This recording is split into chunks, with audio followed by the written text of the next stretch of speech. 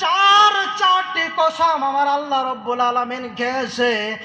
1 নম্বর 3 ফলের কসম খেয়েছে, জাইতুন তেলের কসম খেয়েছে, মক্কা নগরীর কসম খেয়েছে।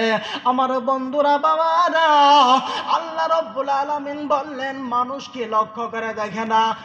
চারটি কসম খেয়ে আমি আল্লাহ রব্বুল আলামিন বলতেছে লাকাদ খালাকনা, আমি আল্লাহ রব্বুল আলামিন মানব জাতিকে এত সুন্দর করে বানিয়েছি। কোন সুবহানাল্লাহ।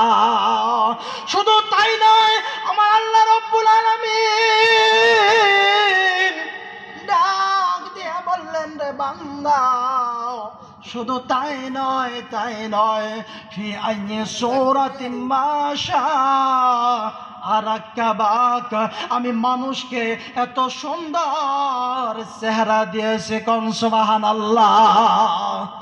ইয়া আইয়ুহাল ইনসানু মা গাররাকা বিরাব্বিকাল কারীম। ওই মানুষ জাতিকে আল্লাহ রব্বুল আলামিন ডাক দিয়ে বলতেছে এই জাতির কি হয়েছে, এই জাতির কি হয়ে গেল? আমি আল্লাহ রব্বুল আলামিনকে কেন তারা মানতে চায় না?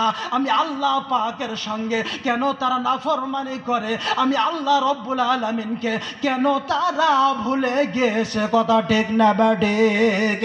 এই দুনিয়ার মানুষ, ভুলে গেলে চলবে না। কেনই বা তোমাদেরকে বানানো হইল?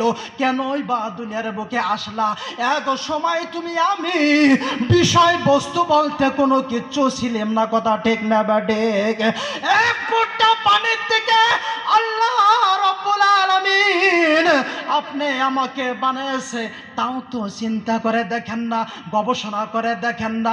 বিষয়বস্তু বলতে আপনি আমি কোনো কিচ্ছু ছিলাম না। এক ফোঁটা পানি থেকে মার রিহামের মধ্যে নিলেন, ওই জায়গায় যেভাবে আপনি আমাকে কথা ঠিক না বাডে।